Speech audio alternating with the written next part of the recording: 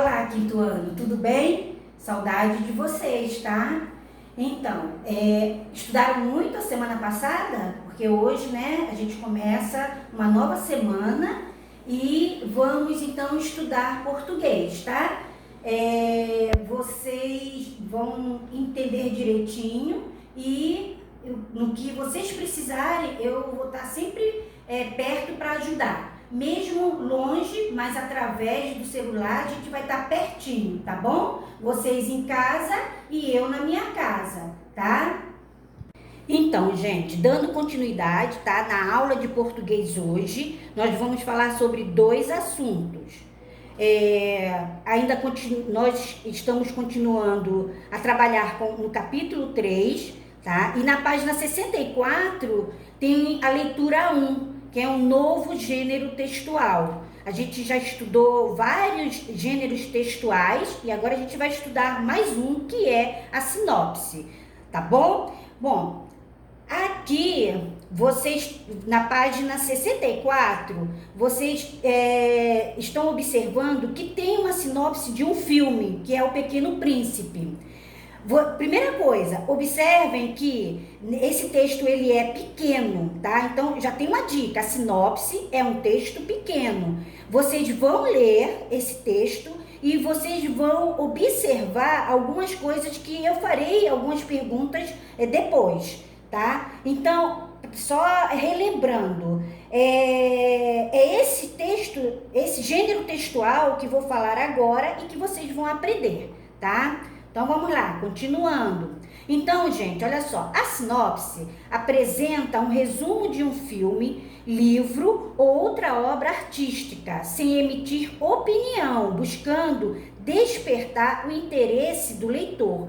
Então, olha só, quando a gente vai ver um filme, quando a gente vai ler um livro, sempre é bom ler a sinopse dessa obra, até uma peça teatral também, tá? A sinopse é caracterizada por um texto, né? Por um texto pequeno e não emite a opinião de ninguém. É simplesmente buscar o despertar, né? Buscando o despertar do interesse do leitor. Então, ela serve para a gente ver se o livro é bom, se o filme é bom ou se a peça de teatro é bom. Se a gente tem interesse em ver, né, em ler, né, um determinado livro e em ver um determinado filme, tá bom? Bom, agora a gente vai para o outro assunto, que é gramática. Nós vamos estudar os sinais de pontuação. Sinais de pontuação. As entonações e pausas que utilizamos na fala são marcadas na escrita pelos sinais de pontuação. Esses sinais também ajudam a organizar e a dar sentido a um texto. Gente, imagina um texto sem nenhum sinal de pontuação, sem a vírgula, sem o ponto de exclamação, sem o ponto final, sem um travessão. Vai ficar totalmente sem sentido, vai ficar desorganizado e vai ficar engraçado. Na verdade, ele vai ficar totalmente engraçado, tá? Então, agora, o que a gente vai fazer? Nós vamos estudar cada um deles separados, tá? Então, eu vou ensinar para vocês como usar a vírgula e os outros sinais de pontuação. Vamos começar, então, pelas aspas. Presta atenção. As aspas indicam que retiramos a fala de alguém do texto. Presta atenção. Eu dou um texto para vocês ou vocês leem um texto. Quer tirar alguma coisa daquele texto? Na hora de reescrever aquela fala, né, aquele pedaço daquele texto que você retirou do texto original, você tem que usar as aspas. Elas servem para isso, indicando que foi retirado de um determinado texto que você leu, tá ok? Agora, gente, a gente vai falar sobre outro sinal de pontuação, que é o ponto de interrogação. É fácil, né? Todo mundo sabe que indica uma pergunta. Mais um ponto, mais um sinal de pontuação, são os dois pontos. Ele indica uma enumeração ou quando alguém vai dizer algo. Tem até um exemplo aí para vocês, ó. Hoje eu trouxe no meu estojo 2 pontos, lápis, borracha e apontador. Gente, os 2 pontos também marcam uma sensível suspensão da voz numa frase não concluída. Ou seja, é como se fosse abaixando a voz. Eu vou dar mais um exemplo para vocês. Olha só. Ouvindo passos no corredor, abaixei a voz. Podemos continuar andando? Vocês perceberam que eu fui diminuindo a voz? Então, os 2 pontos, no final, vou repetir a frase para vocês ouvirem melhor. Ouvindo passos no corredor, abaixei a voz. 2 pontos. Podemos continuar andando? Então, ele serve também, a função dele também não é só para enumeração, tá? Serve também para uma sensível suspensão da voz. Quer dizer, quando a voz ela não é concluída totalmente. Isto é, a gente vai abaixando um pouco a voz, tá? Ele também, gente, os 2 pontos têm também outra função. Ele é usado para enunciar uma citação, ou seja, algo que outra pessoa tenha falado. Vou dar um exemplo para vocês, os ditados populares. Geralmente, quando as pessoas falam um determinado ditado popular, fala assim, ó, vou dar um exemplo. Bem diz o ditado, 2 pontos, água mole em pedra dura, tanto bate até que fura. Então, ele também serve os 2 pontos para enunciar uma citação de uma outra pessoa, tá ok? Continuando, gente, então vamos lá, mais um ponto, um sinal de pontuação, que é o ponto final. Ele serve para indicar o fim de uma frase. Encerrou a frase, né? Esse é fácil também, porque vocês já conhecem. Vamos para mais um, ponto e vírgula. Serve para separar itens de uma lei, de um decreto e de uma sequência. Bom, o ponto e vírgula também tem outra função, gente, que não aparece aí, mas eu vou falar para vocês. Também tem a função de dar uma pausa maior do que a vírgula. Vou dar um exemplo para vocês. Desculpa, vou dar um exemplo para vocês. Ele separa os itens de uma lista.